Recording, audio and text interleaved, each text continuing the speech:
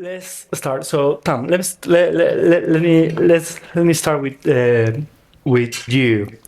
I have for the project perspective. So we were just talking just at the beginning of the just before the panel, and you were saying that Save the Children is now getting into the carbon market, and it was very interesting what you were doing. So I want you to explain on that, or expand on that. And also wanted to ask you from a project perspective, what distinguishes a high impact project from one that just generates credits, basically? Yeah, of course. Hi, everybody. Nice to be here and to speak to you. And you're right. I think a lot of people will know Save the Children as an organisation over 100 years old. But I'm actually part of Save the Children Global Ventures, which is the newest part within our Save the Children movement, and is focused on how we can unlock innovative finance to tackle some of those largest challenges facing children. And as part of that, we have developed a portfolio of carbon projects. These are projects that put at their centre the impact for children and their communities. That could be health impacts, it could be increasing livelihood opportunities within their community, it could be around child protection. So we focus very much on those in the design of our projects. But alongside that, we also generate high integrity carbon credits. So we're hitting that child impact and climate impact alongside actually nature and biodiversity as well in a lot of these projects. So the question, what makes a high impact project? So I think for me, the most important thing for buyers when thinking about this is thinking very much, what is the long-term climate impact I'm looking to achieve, not what's the largest amount of credits I can get from this project. And there are probably three really important angles to consider in this. Firstly, it's additionality. Is this project, or would these activities have taken place without the carbon finance element to them? That's obviously, it's so fundamental to this market, and you really have to be very robust on that. The second one for me, and really important, as I say, to what we do at Save the Children, is a heavy focus on those additional benefits. What else are we doing around biodiversity, nature, the community, children, and how can we make sure that those benefits and that impact is really integrated into the carbon outcomes right from the start? It's not just something that's maybe sort of layered on as a bit of an add-on. And then also really important is permanence and durability, and ensuring that these projects are designed with the highest levels of permanence, the right approach to buffers or to risk mitigation, to insurance, to the things that you need to make sure that you are going to achieve the outcomes that you've set out. And I think really what's key for me is that the more buyers set out that sort of high integrity approach and really looking at that with rigor and good intent, the more that sets the market in the right way for all of us.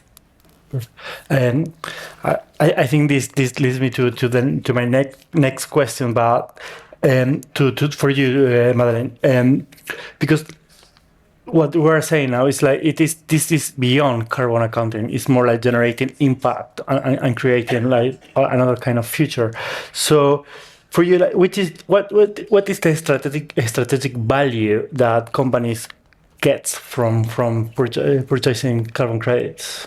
So PageGroup is a recruitment company. So I suppose our main mission is around social impact and access to employment. And if you have that fact, and also taking the fact that you are going to buy carbon offsets, I guess for us, the value is trying to maximise that social impact through our carbon offsets. So finding, exactly to Tamsyn's point, offsets with social benefits.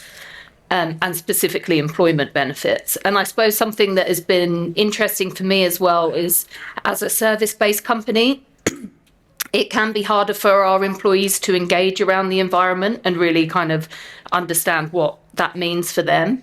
We do a carbon offset vote. So we shortlist projects and we put that out to all of our employees. And it's actually it's got really high engagement, and it's a way of, I guess, involving our employees on our kind of environmental ambitions and keeping that front of their mind. So when we are talking about behaviour changes and recycling in the office and all of those sorts of things, they kind of connect it to this bigger strategy.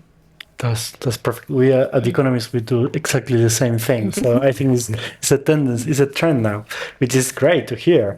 And that puts me to you, Laura.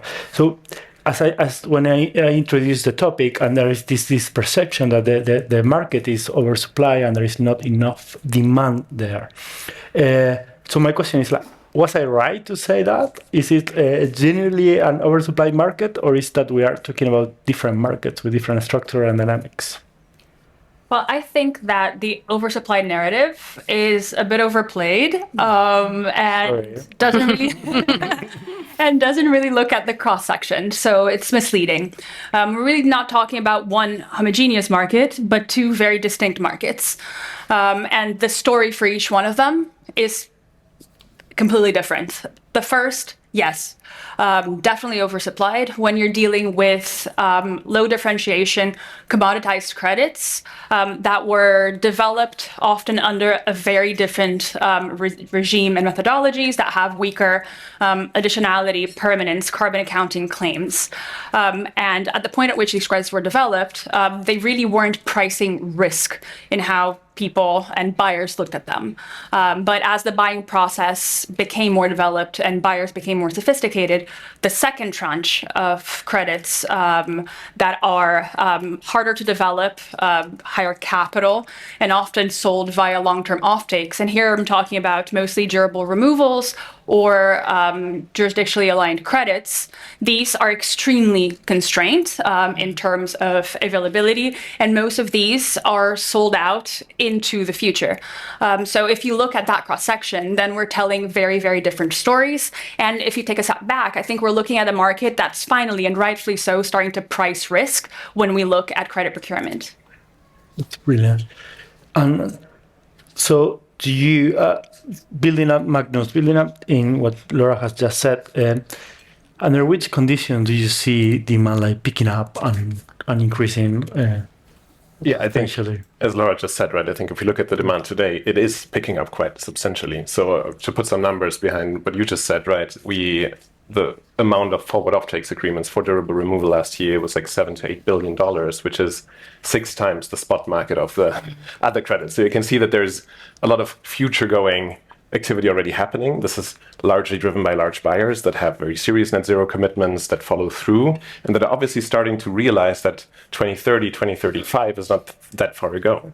And then I do agree that there's a certain constraint coming in the future years, maybe not right now, but there is obviously a bit of uncertainty. How can I materialize and underpin my net zero commitment, for which I will need some form of removal, for sure, for the long term. And this is what we right now see adding up. So there's a lot of buyers that are very serious, that hold their commitment, that say we need to have the sense, the data, but also we need to make good calls around what we will procure and how we will procure it. We are long-term offtake agreements, having options. And I think what can accelerate this further, I think, is basically 3 things. The first is we need more clarity, which is also happening, right, on how can I use those credits ultimately, right? In the voluntary frameworks that we look at, if you look at SBTI, but also ISO Net Zero, et cetera. So this is kind of, we're like pre-regulation, but this is evolving. There's clearer rules. Companies have a bit more certainty around what will I be able to actually use in 2035 or 2040, which gives enough confidence to start to pre-invest and to pre-secure. And this is something that we can quite well already define. The second push, which might be the biggest potential push, is obviously an ongoing integration into the compliance markets. So we look at over 14 different compliance schemes worldwide today where you can use some form of carbon credit. But most notably, the largest one, which is the EU ETS right now, is really well underway in the policy work of making removal part of this. The details aren't figured out, but we have a lot of the right direction. We have the CRCF, so the regulation to define what is carbon removal in Europe that is passing. First methodologies are being approved. And this is obviously all a precursor to eventually look at, can we use a part of our compliance targets to achieve our targets? And I think the last one is really, I think buyers need to stick to net zero. I think that's really the ultimate thing that has to happen. I'm very happy. I mean, we work a lot with US partners, and I think I just spent the last 3-4 weeks in the US, and even when you hear the headlines, you would think maybe everyone's stepping away. I don't think so at all. I think we do see a lot of persistence, a lot of resilience in climate strategies. It's always a global topic for companies. It's never something that's driven by the local current dynamics, right? And that makes me quite positive. But I do think that the demand is definitely catching up already. Yeah. Oh, that's great to know then. It's great to hear. Just before we continue, please let me remind you that there is a QR code there. You can scan and ask questions to our panelists, and we will be pleased to answer them. Not me, them. Talking about the clarity thing that you mentioned, and let me go to you, Jakub. Do companies often struggle to understand how credit quality translates into price and risk? And if they do, how they should think about it? And well, that's a fantastic question. Yes, they do. And I think, look, my colleagues here already said everything that was to be said here. There's a different quality of credits, there are different purposes. But someone incredibly smart, much smarter than me, told me some time ago that the main problem or the main issue of carbon credits in associated markets is the fact that they were created by environmentalists, not by economists.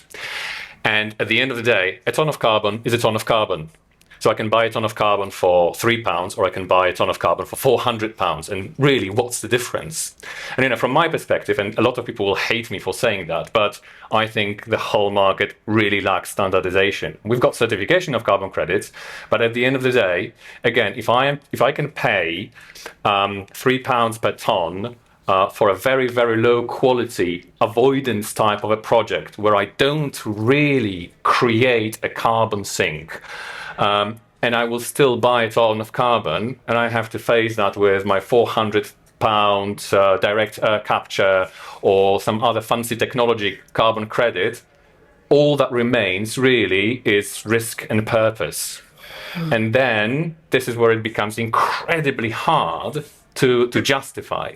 And I would even argue that maybe, just maybe, the carbon credit markets are not exactly the best place to purposefully create other impacts. This is almost a bolt-on, a very, very important, critical bolt-on, because we need to create that positive impact, a social impact. We need to do all those things.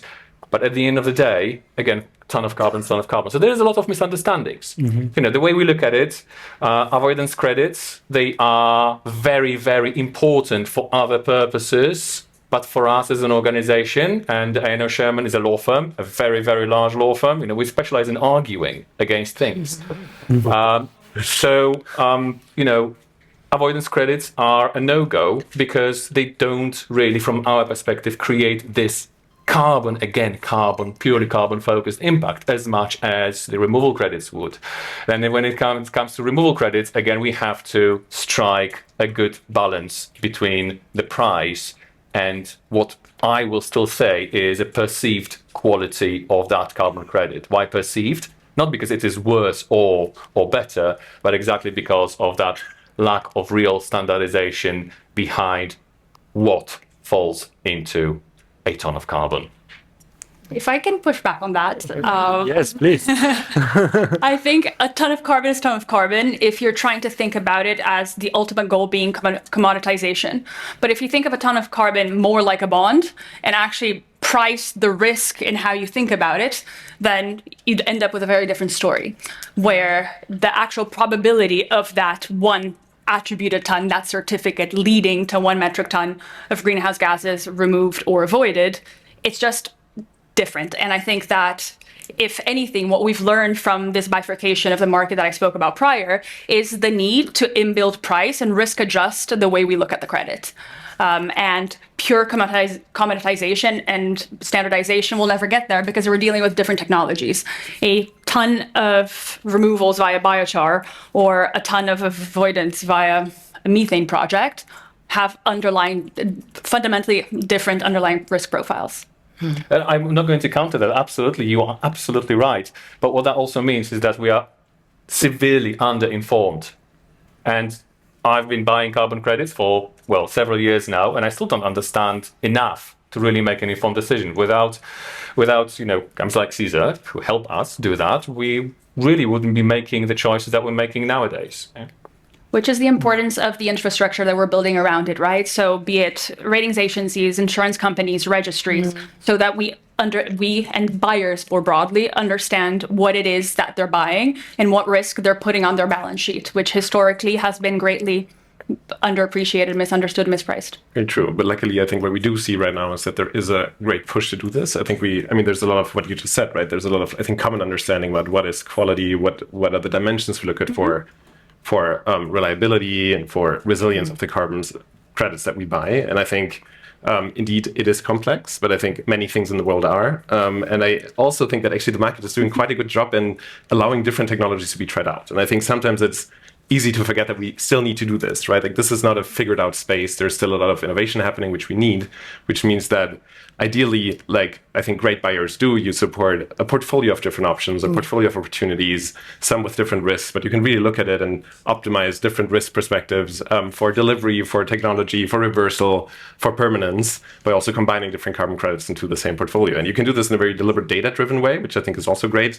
And then I think you get to a point where you look at it a bit more like an asset. And I think the bond market is a great example, which is probably the best that you would have in a financial equivalent, right? Yeah, for sure. I'm sorry to bring up this question because I don't have the answer to it, but I think one that I definitely want to hear someone's opinion on is the question around a universal standard for credits. I think it's disappeared off the screen, but yeah, as we talk about, a credit isn't a credit. 1 ton of carbon isn't equivalent necessarily. Should we be having one standard for that or not? And I guess, yeah, I share your view.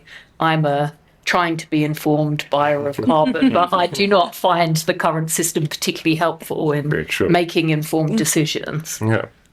I think it would be great in theory, and I would actually agree that, and I think, for example, compliance schemes can help a lot, I think, to get there, right? At the same time, I think if I look at the practicality and also a bit of the history of the market, because it's not a particularly new space. The carbon markets have been around for like 25 plus years.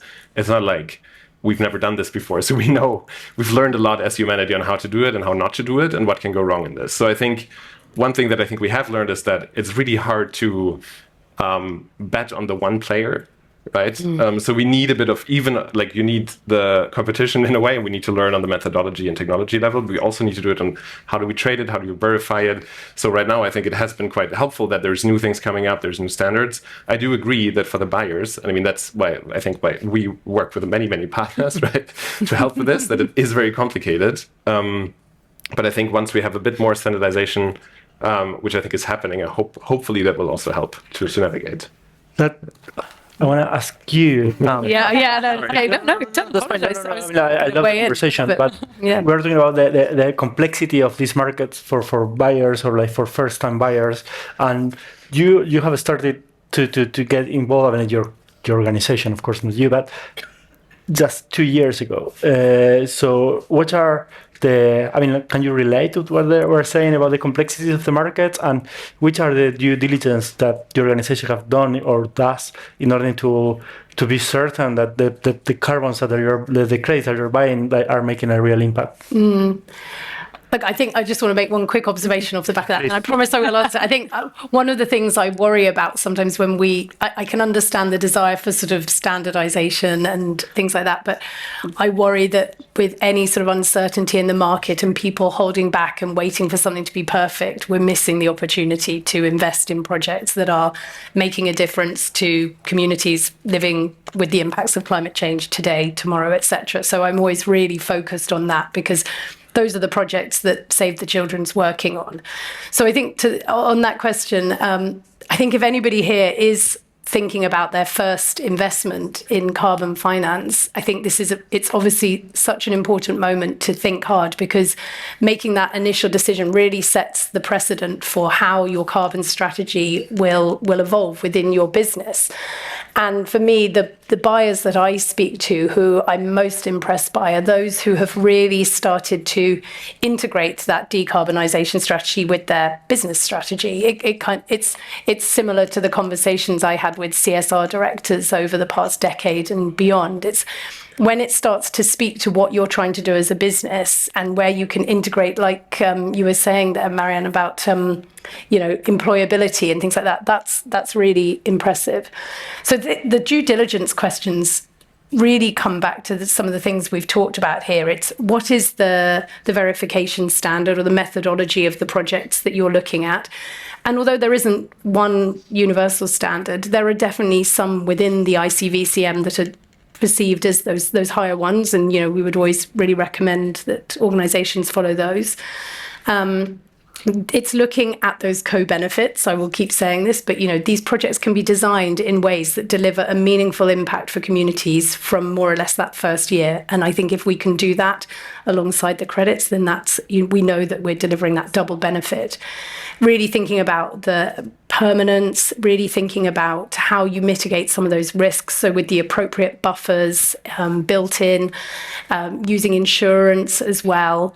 I think, again, Laura and I were talking this morning. I think some of the most impressive projects I'm starting to see as well are ones where you can bolt on and layer in multiple interventions and different ways of really maximizing that carbon benefit. And I think that can be really impressive as well. So I hope that there's some useful points in there for everybody. Can I ask a follow-up question? Yeah, please. Do the co-benefits add cost to the credits themselves? Or, is it just, I guess, a design flaw that hasn't been considered before that doesn't necessarily add a whole ton of cost to the credits themselves? I think I think what I'm seeing from the sort of pricing data that I look at and when I speak to ratings agencies, definitely those high quality removals credits with good co-benefits are always commanding a higher price. And they're being sold, to your point, like this sort of market is there's not enough to meet the demand, I think, quite often for those. So yes, there is, but it's not. The way I look at the way that Save the Children has designed this sort of is the core of the way we design projects. So understanding how to design for a health intervention or a livelihoods intervention is sort of core to what we do. And it's not a hugely complex additional piece of work that adds lots to the price of the ton of carbon. If I can add to that, in our experience, it also depends on the vertical. Some of them, yes, it will be an additional cost to the project, either via OPEX or CAPEX for the project. But in others, there are co-benefits that are just really additional to the project with no additional cost. So take biochar, for example, in historically degraded land. Through using the biochar that might have been produced within the same supply chain back onto the soil, you're increasing water retention in the soil, potentially reducing fertilizer use, reducing water use, and increasing yield. So it then produces the same space, the same number of hectares that you otherwise would have planted, produces more output. And that has a huge food security angle, especially in regions that have droughts or other issues that have significant downstream consequences for the communities that live there. But actually, I do agree. We have visibility on quite a lot of pricing data and also quite a lot of, obviously, quality data. And in both is very true. I think high quality co-benefits demand a higher price, not always cost, but often also higher costs. So depending on if you look at a lot of nature-based projects, it is significantly more things and more activity that are being done, more things that are being tracked. Often, in some cases, there's more and higher verification costs attached to this because you want to have special auditing on social co-benefits or other co-benefits, which then really adds the price. That said, I think the price premium is really not cost driven, which I think is also quite good. It kind of means that the market is kind of able to incentivize really to make better projects because you are able to also have a better pricing on that. Yeah. And forgive me for using the word again, but do you guys see any form of, again, standardization in how those co-benefits are actually qualified? So what I see often is almost like a creativity game. So this project, has those co-benefits and it supports those SDGs, and this looks pretty amazing, and it really looks pretty amazing on paper, and I very, very much want to buy those credits. Again, when I look at the price, if the price really goes up, then it gives me a certain level of scary confidence that this indeed does work. But how does that translate into reality? Do you see any manipulation there or any uncertainty, or is it really the way it is presented? That's a good question, because I think you're right that people can present these things in lots of different ways. And I think something that we've all touched on is the quality of some of the credits and the historic credits in the market.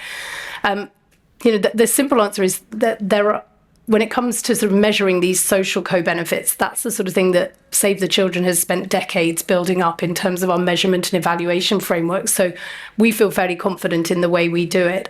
I haven't, if I'm honest, actually looked in detail at the co-benefits of others, and I'm sure perhaps others on this panel might see how other organisations do claim that. But I know from conversations with our technical advisors how robust we have to be on that. Maybe to add to this, and that also answers one of the audience questions, like how do you kind of look at risk and reversal, well, and also maybe co-benefits across different pathways, right? Because it does differ. It does differ also per registry, per certifier. So it's very hard to compare, right? Like some registries require you to have special auditing for co-benefits, some don't. Like in some you can just say you have it and it will show up, right? So what we always focus on is to really look at the ground data, and I think everyone has kind of like a different model. Everyone talks about a lot of data points. I think for us, it's like 400 to 500. You can name any number, but ultimately you try to look and go really deep and think, what can we see measurably? What has been certified by a third party? What is something that we can certify by a third party? And that can just be that we, for example, see, and that is something that we will make transparent across all different credits, right? It has if you have a technical team that does co-benefits, has this been audited by someone else, or is it just you telling it? Is it just your technical team? So I think there are ways to also across standards and across the different methodologies that you have to make it comparable.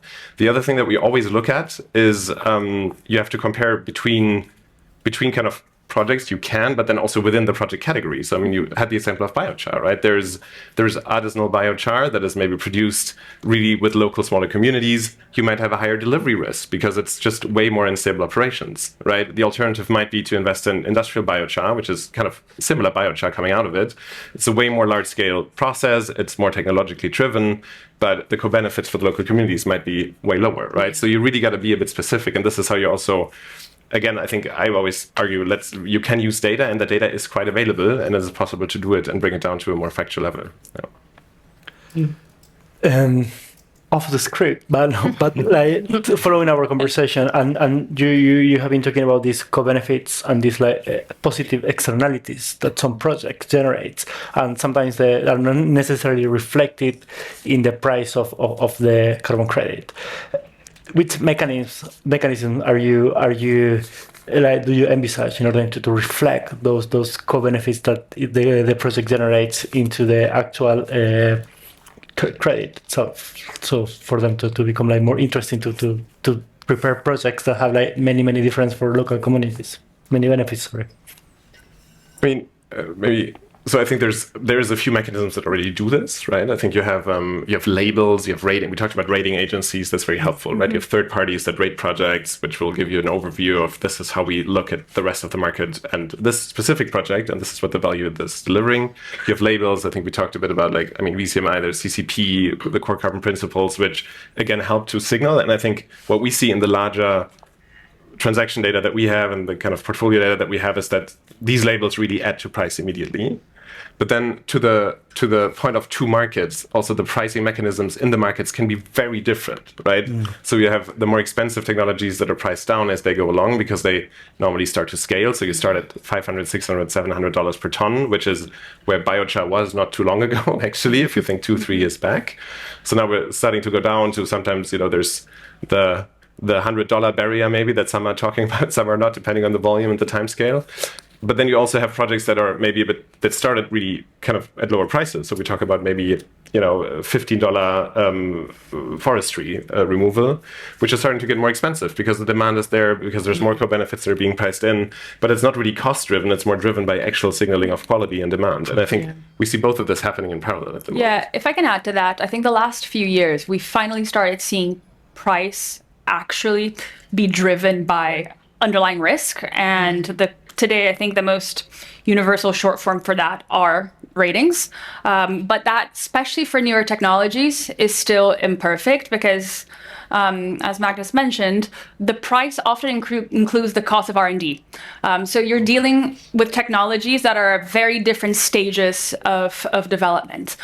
So even within durable removals, you're not really putting biochar and DAC in the same bucket. Right. But within each one of the verticals, so biochar for biochar, you can have a high-rated project with a really low insurance premium and vice versa, because the underlying project is different.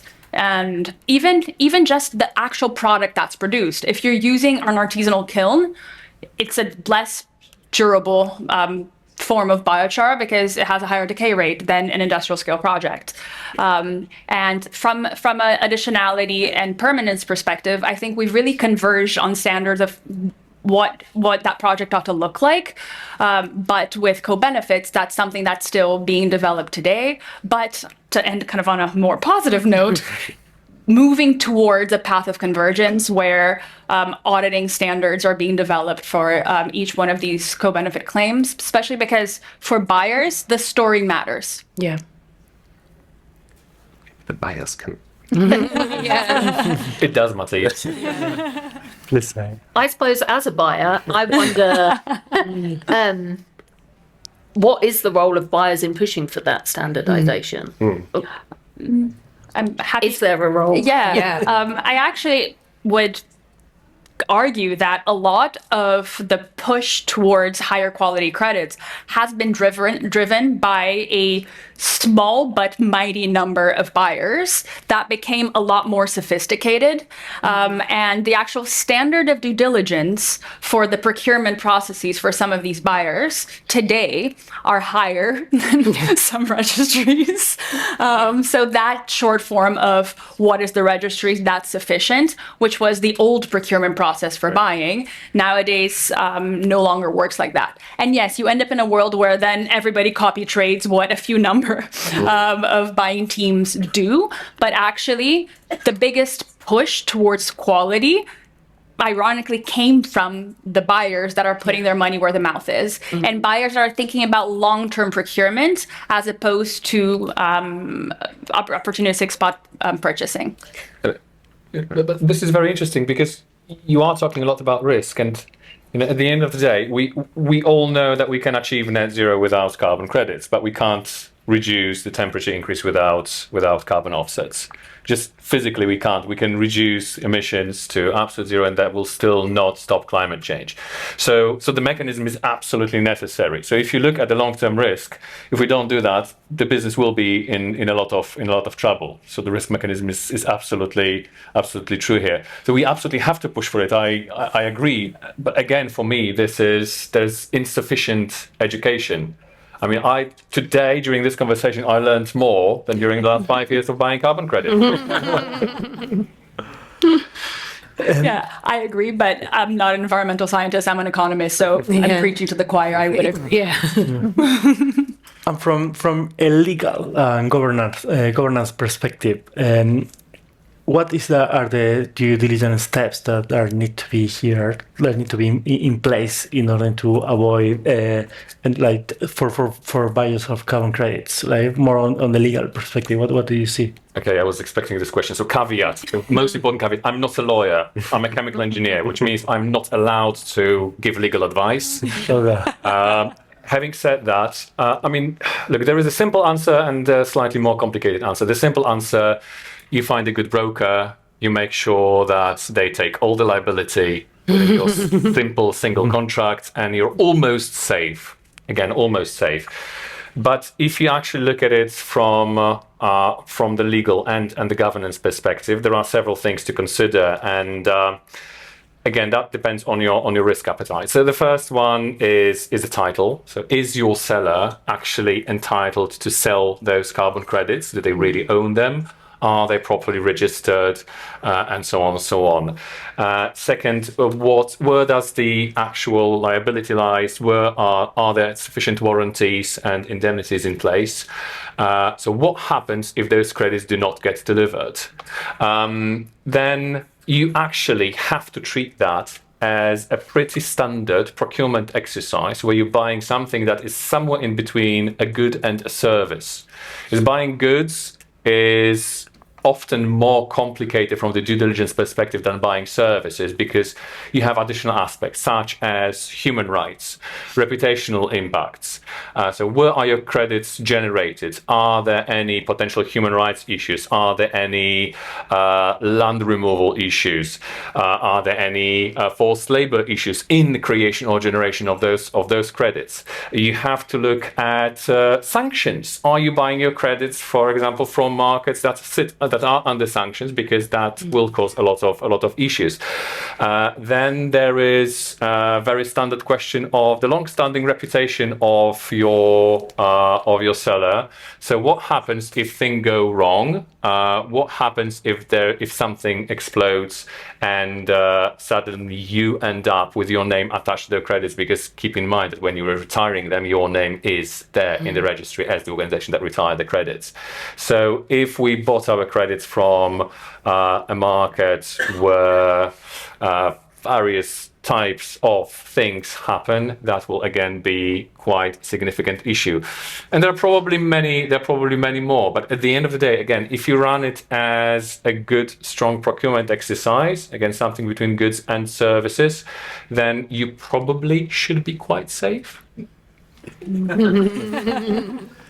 You're not a lawyer, but that was a very again lawyer type of question answer. Yeah. Yes, and a good broker helps. And I just wanted to mention one thing, because again, there are two scenarios here. Even with a good broker, you can have your contract with a broker and buy from the broker, where you artificially remove part of the risk or you shift part of that risk. Obviously, a significant proportion of that still will stay with you, because you are attached to those credits, or those credits are attached to you. Yes. However, that reduces the risk that's related to liability, for example, and so on and so on.